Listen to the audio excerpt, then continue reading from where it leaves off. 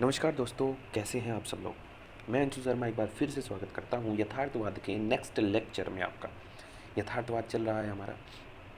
तो दोस्तों, आज के इस सेगमेंट में हम देखेंगे यथार्थवाद एवं शिक्षा। यथार्थवाद एवं शिक्षा, है ना। यथार्थवाद जो है शिक्षा के बारे में क्या क्या कहता है। कहने का मतलब ये है कि यथार्थवादी लोगों ने शिक्षा को लेकर क्या क्या कहा है, ये हम सीखेंगे, है ना। तो सबसे पहले एक थे हैरी ब्राउनी।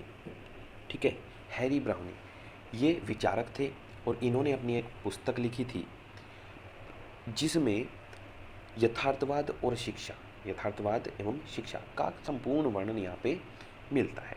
ठीक है ना, यथार्थवादी शिक्षा का संपूर्ण वर्णन यहाँ पे मिलता है। Clear guys. तो उसी किताब के पन्नों में से हम यहाँ पर कुछ लेकर आए। उन्हें हाँ, पुस्तक का नाम क्या था और कब लिखी गई थी? Building a philosophy of education. Building मतलब बनाना, बिल्डिंग का मतलब ये नहीं मकान बनाना, बिल्डिंग मतलब बनाना, कोई भी चीज़ को बनाना, बिल्ड करना। ठीक है, बिल्डिंग ए फिलोसफी, फिलोसफी को बनाना, ठीक है, ऑफ एजुकेशन, ये उनकी बुक थी। 1954 में ये प्रकाशित हुई थी। ठीक है, हैरी ब्राउनी की बुक थी building a philosophy of education और 1954 में प्रकाशित हुई थी। Clear guys. सो उसी में शिक्षा का वर्णन है। अभी वही चीज़ें हम यहाँ पर पढ़ेंगे। सबसे पहला यहाँ पे आता है उदार शिक्षा। तो यथार्थवादी उदार शिक्षा पर क्या देते हैं? बल देते हैं। यथार्थवादी क्या करते हैं? उदार शिक्षा पर बल देते हैं। वो क्या कहते हैं कि भाई पुस्तकीय ज्ञान और जो अव्यवहारिक ज्ञान है उसका वो क्या करते हैं?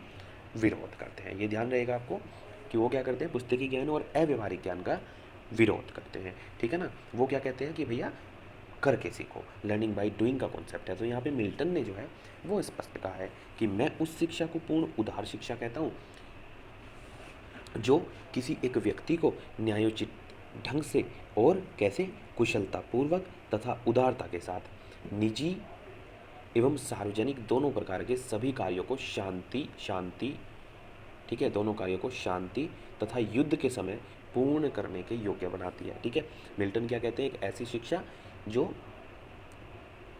व्यक्ति को न्यायोचित ढंग से क्या करना है? निजी और सार्वजनिक दोनों प्रकार के सभी कार्यों को शांति तथा युद्ध के समय पूर्ण करने के योग्य बनाती है। कि ऐसी शिक्षा जो सभी कार्यों को पूरा उसके करा सके, चाहे वो शांति में हो, उस वक्त मतलब आराम की स्थिति में हो, चाहे वो युद्ध कर रहा हो। तो ऐसी शिक्षा उसके पास होनी चाहिए कि वो सभी अपने कार्य को पूर्ण कर सके। जो जो भी उसने अपने गोल सोचे हैं, निर्धारित किए हैं, उनको वो पूर्ण। नेक्स्ट आपका जो आता है वो आता है विस्तृत एवं व्यवहारिक पाठ्यक्रम। ठीक है ना।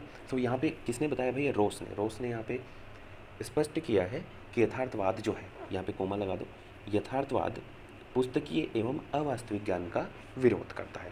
ठीक है ना। यथार्थवाद ने पाठ्यक्रम को कैसा बना दिया? थोड़ा विस्तृत किया। Clear guys. अब आते हैं कार्टर वी गुड। देखते हैं इन्होंने क्या बोला है, थोड़ा ऊपर कर लेते हैं। ठीक है, कार्टर वी गुड ने लिखा है कि विस्तृत पाठ्यक्रम यथार्थवाद की एक प्रमुख विशेषता थी। विस्तृत कैसे किया? उसको सामाजिक व्यवहारिक कर दिया गया। पुस्तकीय ज्ञान का यहाँ पे विरोध किया गया, है ना, कि भैया सिर्फ पुस्तक पढ़ के ही कुछ नहीं होगा, आपको सामाजिक ज्ञान भी लेना जरूरी है, व्यवहारिक ज्ञान भी लेना जरूरी है। ठीक है। सो यथार्थवादियों के लिए यह स्वाभाविक नहीं था कि वे 25 या 80 विषयों को अध्ययन के लिए प्रस्तुत कर सके। तो उन्होंने क्या बोला कि भैया तुम ही आओ, निकल के अपने आप खुद से प्रयत्न करो और अपनी इंद्रियों को ऑन करो और चारों दिशाओं से ज्ञान को ग्रहण करो। ठीक है ना। ये सारी चीज़ें वहाँ पर बोली गई। सो यथार्थवादियों ने यहाँ पे एक मेन पॉइंट ये है कि पाठ्यक्रम को क्या कर दिया? वास्तविक जीवन से जोड़ दिया। ये आपको जो है ना याद रखना चाहिए। यहाँ पर वैज्ञानिक दृष्टिकोण आया। मैंने आपको पहले बताया था, विज्ञान शिक्षा पर जो है वो बल दिया गया।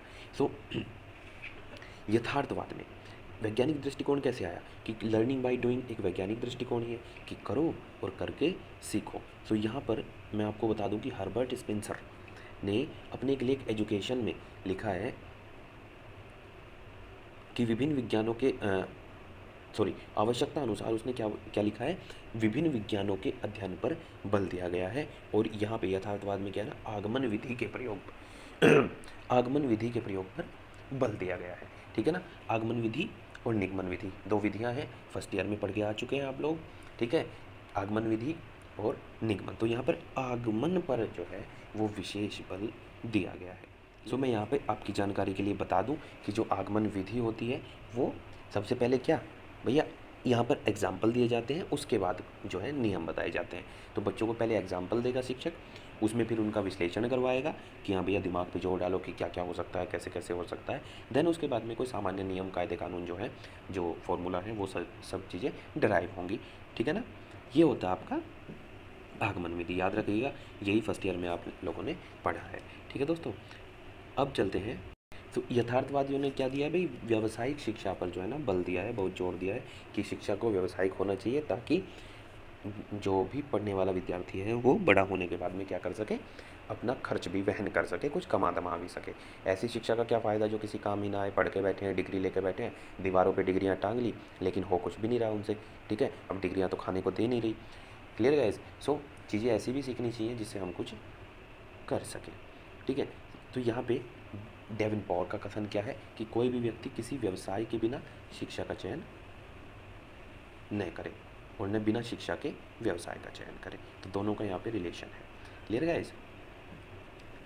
नेक्स्ट है सामाजिक संस्थाओं को यथार्थवाद में महत्व दिया गया। यथार्थवादी जो विचारक थे उन्होंने सामाजिक संस्थाओं को यहाँ पे महत्व दिया गया। तो पॉल मुनरो ने यहाँ पे क्या लिखा हुआ, पॉल मुनरो ने लिखा हुआ है कि शिक्षा में यथार्थवाद उस प्रकार की शिक्षा के लिए प्रयुक्त किया जाता है जिसमें भाषाओं और साहित्यों की अपेक्षा प्राकृतिक घटनाओं और सामाजिक संस्थाओं का अध्ययन को मुख्य विषय बनाया जाता है। ठीक है ना, प्राकृतिक घटनाओं को, सामाजिक संस्थाओं के अध्ययन को मुख्य विषय बनाया गया। ठीक है, ये आपका यथार्थवादी शिक्षा में मेन पॉइंट है, बल दिया गया। वास्तविक शिक्षण पर बल, तो यथार्थवाद की जो शिक्षण विधि रही है वो वास्तविक शिक्षण, इस पर बोला है कि भैया अध्यापक हैं, टीचर लोग जो हैं वो वास्तविक शिक्षण करें। तो शिक्षा में रोस ने क्या लिखा है कि शिक्षा में यथार्थवादी विचारधारा को शिक्षण विधि के संबंध में ही नहीं वरन उसकी पाठ्यवस्तु की महत्ता एवं उसके मूल्य हेतु सतत चिंतनशील रहने के लिए चुनौती देती रहती है। ठीक है, तो यहाँ पे क्या है कि शिक्षा के अंदर यथार्थवादी जो विचारधारा है वो क्या करती है, वो शिक्षण विधि के संबंध में ही नहीं बल्कि उसकी पाठ्यवस्तु की महत्ता, क्या महत्व पाठ्यवस्तु रखती है, उसके क्या मूल्य हैं, उनके प्रति सतत, मतलब सतत का मतलब यहाँ पे होता है कंटिन्यूअस, हमेशा चिंतनशील रहने के लिए चुनौती देती रहती है। तो क्या है कि हम जो है सीखने के प्रति अग्रसर होते रहते हैं। ठीक है, पाठ्यक्रम यहाँ पर इस प्रकार का है, शिक्षा यहाँ पर इस प्रकार की है, इसलिए इसको बोला गया वास्तविक शिक्षा, ताकि बच्चा जो है क्यूरियस रहे, जिज्ञासु रहे, उसमें जानने और सीखने की प्रवृत्ति बनी रहे। ठीक है दोस्तों, ये थे यथार्थवाद में शिक्षा। तो आई होप आपको क्लियर हो गया होगा। मिलते हैं नेक्स्ट वीडियो में कुछ नए पॉइंट्स, नए फैक्ट्स के साथ। टिल देन पढ़ते रहें, हंसते रहें, मुस्कुराते रहें, मज़े करते रहें। All the best.